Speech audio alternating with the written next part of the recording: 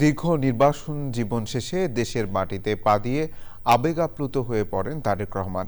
বিমানবন্দরে খালি পায়ে নেন মাটির স্পর্শ, হাতে তুলে নেন দেশ মাতৃকার মাটি। দেশের প্রতি তার এই আবেগ ছুঁয়ে যায় প্রতিটির হৃদয়। সহযাত্রী স্বজনরা হয়ে পড়েন বাকরুদ্ধ। হাবিবুর রহমানের ভিডিওচিত্রে চকম আলিথার রিপোর্ট।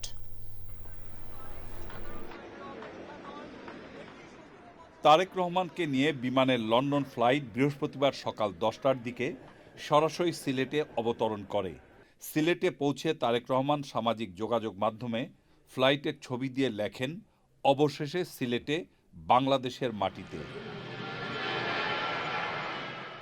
সিলেট থেকে ফ্লাইটটি 11টা 40 মিনিটে ঢাকার হজরত শাহজালাল আন্তর্জাতিক বিমানবন্দরের রানওয়ে স্পর্শ করে।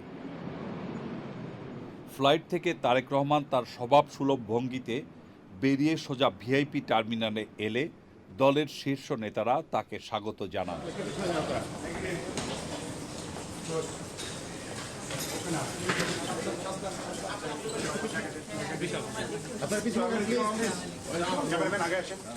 ভিআইপিতে স্ত্রী এবং কন্যা সহ কিছুক্ষণ বসেন তিনি। সেখান থেকেই মোবাইলে কথা বলে প্রধান উপদেষ্টাকে ধন্যবাদ জানান তারেক রহমান। আপনার শরীর কেমন আছে?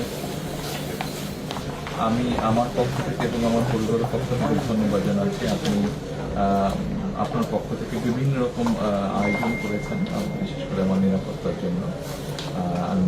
Thank you so much. VIP গেটে গাড়িতে ওঠার আগে তারেক রহমান হঠাৎ করে সেখানে ফুলের বাগানে যান। নিজ হাতে জুতার ফিতা খুলে বাগানের মাটিতে পা রাখেন তারেক রহমান। এক মুঠো মাটিও হাতে তুলে নেন তিনি। দলের সিনিয়র নেতাদের সাথে একটা বাসে ওঠেন তিনি।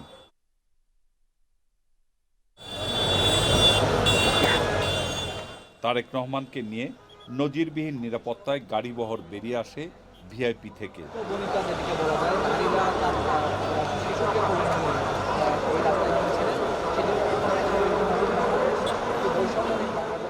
এয়ার কন্ডিশন গাড়ির সামনে দাঁড়িয়ে সকলের প্রতি হাত নেড়ে শুভেচ্ছা জানান তারেক রহমান।